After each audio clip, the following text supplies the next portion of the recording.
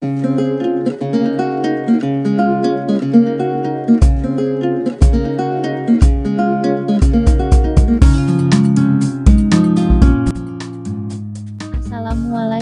warahmatullahi wabarakatuh. Selamat datang di channel Gembel Keramat. Jangan lupa subscribe ya. Kelemahan orang-orang yang tidak mengetahui bagaimana cara mungkin bagaimana cara mendekatkan diri kita kepada Allah. Akhirnya apa yang dia dapat sebetulnya itu yang dia omongkan. Nah, saya kan dulu mengucapkan kalau keranjang buah itu isinya cuma melon, jeruk dan semangka, maka kalaupun kamu bisa makan ya ketiga buah itu. Nek gak melon ya semangka, nek gak semangka ya jeruk. Iya loh. Nah, kalau ada ustadz yang masih umur 30, dia berani dakwah itu bagus. Tapi kadang-kadang karena memang manusia itu kalau sudah lagi senang-senangnya, hebatnya itu sudah mempromosikan bahwa dirinya itu sudah penuh. Karena seolah-olah ilmu itu sudah ada di dalam dirinya semuanya. Nah, padahal dia belum menggali makna yang mustasabiyat yang sebenarnya. Kehidupan ini tidak cukup kamu itu bisa sempurna mencari ilmu hanya kurun waktu 10 tahun, 30 tahun. Jagat ini luas, luar biasa, Pak. Loh, banyak yang belum kau ketahui. Tidak cukup kamu sekolah kehidupan ini hanya kurun waktu 10 tahun di pondok, 20 tahun di pondok. Yang mana seolah-olah kalau kamu hafal Quran, terus seolah-olah kalau kamu ngerti hukum-hukumnya, kamu sudah menguasai seluruhnya. Sekarang aku tanya, untuk belajar manusia aja, organ tubuh manusia, kamu tidak bisa membutuhkan satu ilmu. Saya dulu pernah jelaskan. Contoh tubuh kita. Kamu belajar ilmu sampai tingkatan sarjana ilmu biologi. Sudah. Mas Hendra ini belajar ilmu fisika. Untuk menyelidiki ciptaan Allah, tubuh manusia, organ tubuh manusia. Bisakah hanya dengan ilmu biologi? Tidak. Ternyata perkembangbiakan manusia dari sistem seksual dan lain sebagainya butuh ilmu biologi. Ternyata sistem pencernaan makan manusia, kemudian setelah kita makan ada enzim, kemudian masuk ke dalam usus, ada zat asam amonia yang menghancurkan makanan dan akan menyuplai suatu energi ke tubuh kita. Kita butuh ilmu kimia. Kalau sudut pandang berpikir jarak tempuh berapa kilometer per jam dan lain sebagainya, kita butuh ilmu fisika. Untuk satu tubuh manusia saja kita membutuhkan beberapa ilmu. Ilmu saraf kita butuhkan. Dokternya juga berbeda. Apalagi kehidupan. Seorang ahli penafsir Quran disebut mufassirin. Seorang ahli penafsir hadis disebut muhaddisin. Seorang ahli ilmu kebatinan disebut tasawuf. Seorang ahli ilmu tauhid disebut sufisme. Untuk menyelidiki suatu kehidupan tidak bisa dengan seorang fuqaha, orang ahli fikih. Dibutuhkan orang tasawuf, kejiwaan. Dibutuhkan seorang tauhid tentang ilmu ketuhanan. Itu baru kamu tahu kehidupan itu yang seperti apa.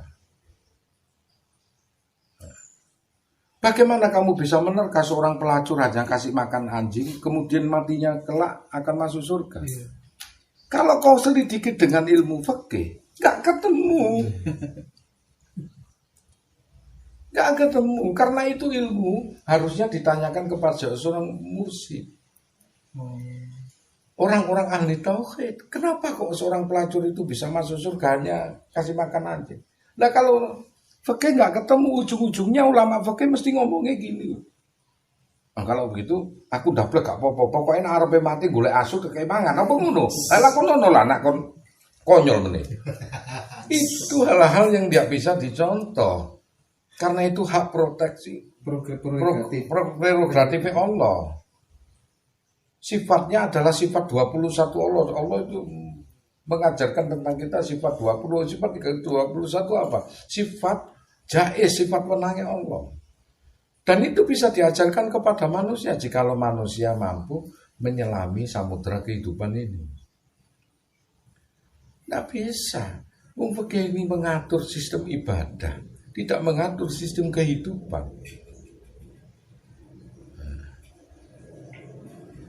Baik enggak rumah itu untuk kita, maaf, buang kotoran di dalam rumah? Enggak baik. Oleh sebab itu diberikan suatu luasan kamar yang disebut kamar mandi, entah di belakang atau di tengah rumah. Ya enggak lucu deh ada kamar mandi berada di depan rumah. Ya no? Untuk buang hajat supaya kita nggak lari kemana-mana. Nggak pantas juga ada suatu tempat buang kotoran di dalam rumah kan. Karena itu ada kamar, dirapikan sedemikian dan itu untuk buang hajat dan selalu dibersihkan, maka itu layak untuk dipakai. Mana di antara ciptaan Allah yang tidak ada keseimbangan di dalamnya pasti runtuh. Alhamdulillah kita berada pada keseimbangan yang positif, bukan keseimbangan yang negatif. Gitu loh. Ini sistem kehidupan. Nah, di dunia ini ada tempat pelacuran, tempat orang-orang yang jelek-jelek berkumpul di sana. Tidak masalah, itu tempat buang hajat. Itu kalaupun di tengah kota juga nggak masalah. Alhamdulillah juga kita berada di dalam sisi yang positif.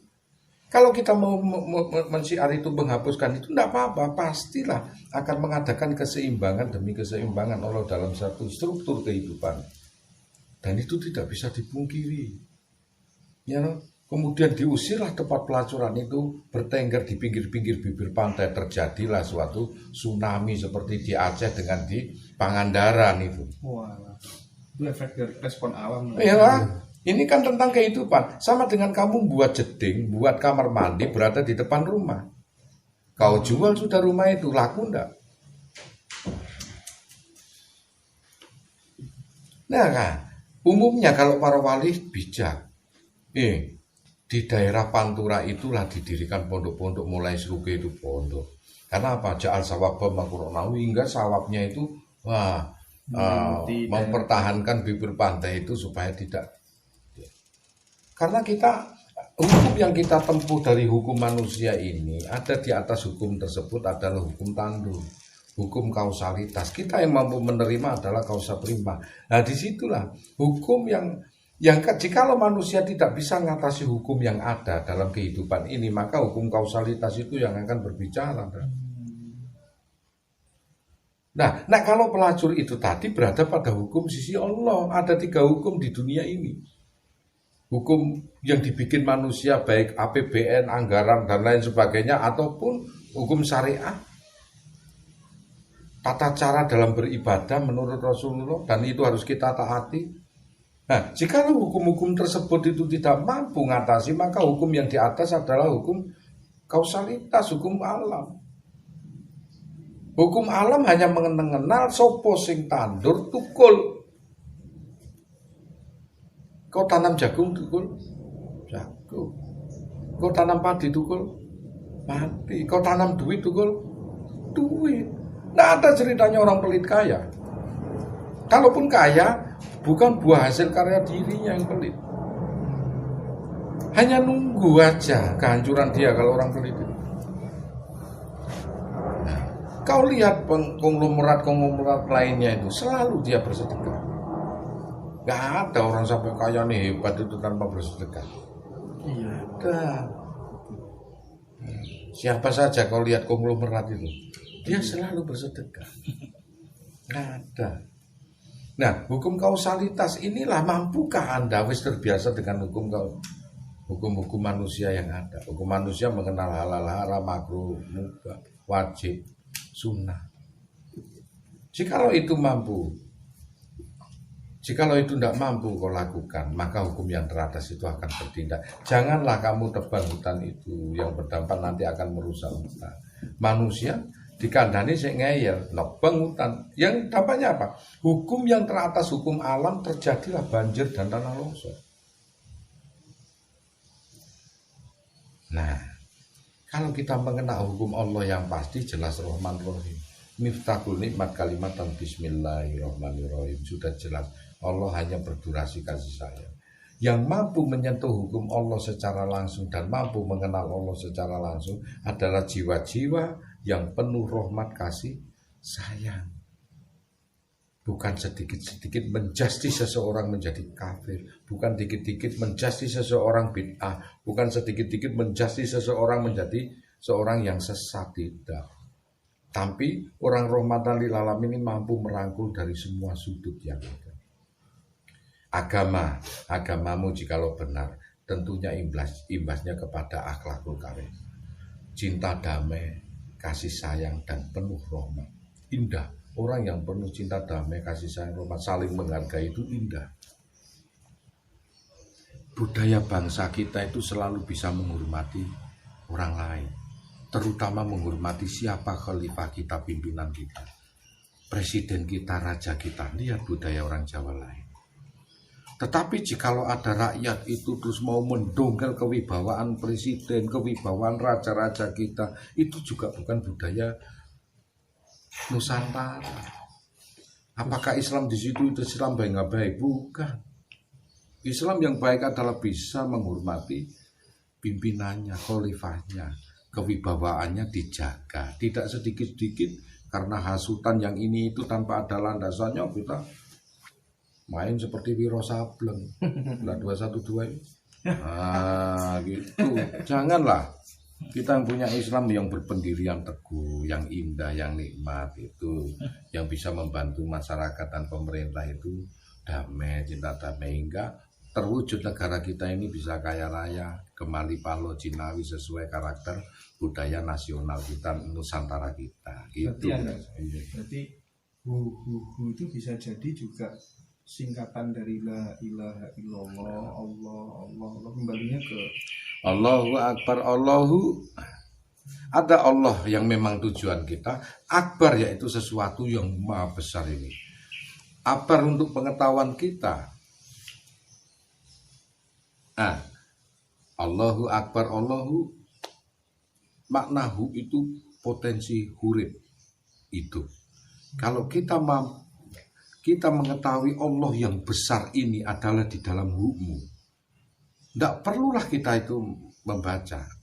Seorang yang zikir wukuf dari toreko, itu arti kata Allahu Allah itu tidak dibaca secara sadar. Tetapi suatu hentakan zikir la ilaha illallah hingga bisa lebur di dalam dirinya, hingga ucapannya yang dia berzikir itu lenyap. Orang Jawa bilang itu hono neng hening layap luyup. Alayap aluyub. Jadi maknanya sebetulnya begini, tidak terus langsung dia Allah tidak. Makna hu itu urip daripada mulai zikir itu urip, manungsone urip, ciptaane urip. Allahu Akbar, nantilah paham sendiri kamu. Orang yang bertapa itu karena dia luyub. Satu contoh, dia berawal dari saking nikmatnya la ilaha illallah bilisan bil qulbi akhlak. Sampai tujuan akhlakul karimah. Jadi la ilaha illallah saking nikmatnya itu. La ilaha illallah. Saking nikmatnya dia. La ilaha illallah. Sambil nafasnya ikut medar masuk. La ilaha illallah. Hingga lenyap itu. Nafi isbat. Lenyap nafi. Isbat pasti. Nah illallah. Bukan berarti la ilaha illallah. Karena dia ikutan tarik nafas. Illallah. Hingga dengarlah illallah. Saking nikmatnya dia lihat. Illallah. Allah. Hingga aku lebih dekat dari urat lehernya. Dia bersapa. Dia tidak disinanggungkan dengan ruang dan waktu. Hingga gak kerosot berapa bulan, berapa tahun. Nah sekarang wiridannya beda. Disadarkan dirinya, hu Allah, jadilah lucu. Ya lampu. Karena mengarungi samudra wadahnya nikmat itu tadi. Sakit dek gak geleman. Illallah. Padahal la ilaha illallah dia pikir illallah. Orang yang zikir illallah. Hanya Allah. Wis ngerti itu. Saking nikmatnya itu tadi, asalnya ya la ilaha illallah dadi hu. Kenapa? lenyap, nafi lenyap, isbat pasti Gus. La ilaha illallah. Pertama kan gitu. La ilaha illallah, la ilaha illallah. Saking nikmatnya itu. Ini gak bisa digoroi, nggak bisa dibohongi saking illallah, la ilaha illallah. Sambil nafasnya keluar masuk dihantamkan di hati kan itu syariat toreko. Nah, illallah hingga you dengar illallah. Nah, nanti saking nikmatnya sudah ribuan kali dia la ilaha illallah tadi jadi itu illallah Allah.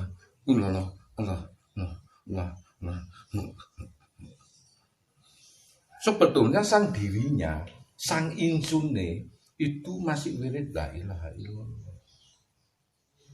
Saking nafi lenyap. Nafas tidak ada. Dikembalikan fitrahnya sebagai bayi. You tahu bayi di gua garbanya ibu tidak ada nafas. Nafasnya ikut ibu. Yang ada hanya nadi. Sang Maha itu. Saat orang bertapa seperti itu, seperti Sunan Kalijogo yang ada hanya urat leher. Sesungguhnya aku berada di urat lehernya. Itulah Allah. La tudrikul absaru wa tudrikul absaru wa latiful khubir. Bahkan kamu tidak akan mampu melihatku, tapi aku bisa melihat. Dari apa yang kau lihat? Makanya kalau orang bertapa, napas tidak ada. Tapi you pegang leher. Adalah denyut seperti bayi yang dikandungan. Subhanallah. Banyak yang keliru kalian semua itu memprediksi orang bertapa itu syirik, orang bertapa itu sesat. Subhanallah. Rasulullah berada di Gua Hiro itu emang golek wifi, cangkruk nang warung kopi. Yang dibaca tetap la ilaha illallah di Gua Hiro itu. Selama itu pula dididiklah oleh Allah hingga muncullah ayat pertama, Iqra bismi rabbikal ladzi khalaq. Allah sendiri yang akan ngajarkan. Ayo generasi muda iki, nek guru ngerti ilmune aja kakean cocok. Ngelokno wong topo ki sesat, ora oleh. Dia yang mampu melebur dirinya kepada Allah Subhanahu wa taala.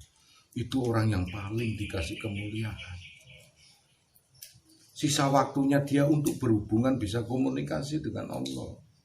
Itu. Dia mampu nyuwuno. Yang sekarang dikenal dalam ilmu pengetahuan teori high boson. Yang mana ada dark matter dual dark energy. Teorinya disebut partikel God. Partikel Tuhan. Yang mana seonggok materi kalau ketemu dengan imateri pasti lenyap. Orang Jawa dulu sudah melakukan, Gus. Cara bertapa orang Jawa dulu sudah melakukan. Dia melepas unsur imateri. Materi dipadukan dengan imateri suwungnya di dalam dirinya. Di belakang bumi ini apa? Bulan. Bulan sananya lagi matahari. Matahari ini masih tata surya. Sananya lagi Bima Sakti, Milky Way. Itu Andromeda itu galaksi, di belakang galaksiku universe, di belakang lagi multiverse. Itu di belakangnya bintang-bintang seluruh ada yang diciptakan ini apa? Gelap. Apakah gelap itu bukan Allah, bukan milik Allah? Aku tanya, wong Jawa biyen ngomong sang suwung. Gedhe ndi sing ketok telengi bintang-bintang karo sing peteng dedet iki gedhe ndi? Sing kon ketok rupa tangan, sikil, kepala iki dengan suwungmu saat tangan-tanganmu kamu itu berapa besar mana? Kalau sudah begitu, sempurnakan dirimu dalam kawruh. Itu. Mudah-mudahan paham, nanti kita bahas lagi. Oke. Luar biasa.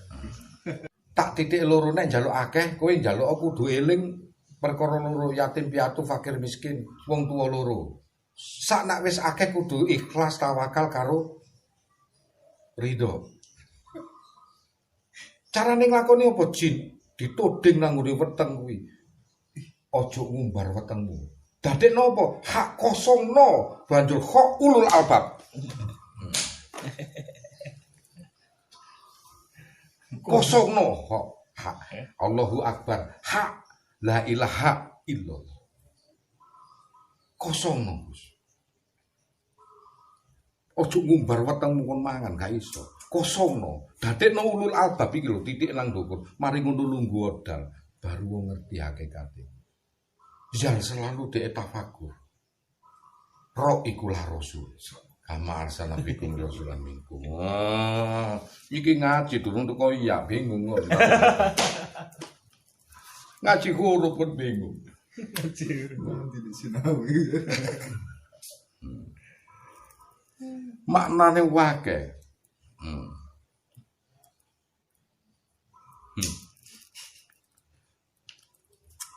Digali sampai tahunan, tidak akan habis lah.